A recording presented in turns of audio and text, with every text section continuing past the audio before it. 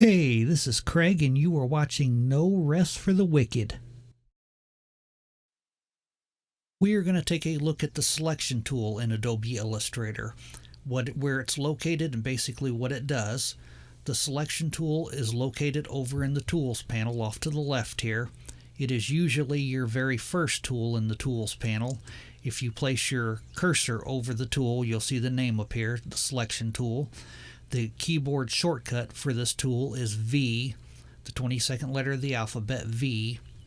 And what this tool basically does is it tells Adobe Illustrator what you want to work on. Like if I click on this star over here, you see the bounding box appear around the star. And from there I can do a wide variety of things with this star.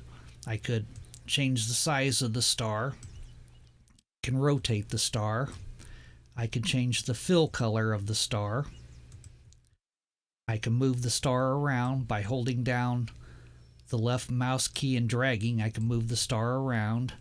I can duplicate the star. Easiest way to do that is hold down Alt on Windows or Option on Mac while you drag.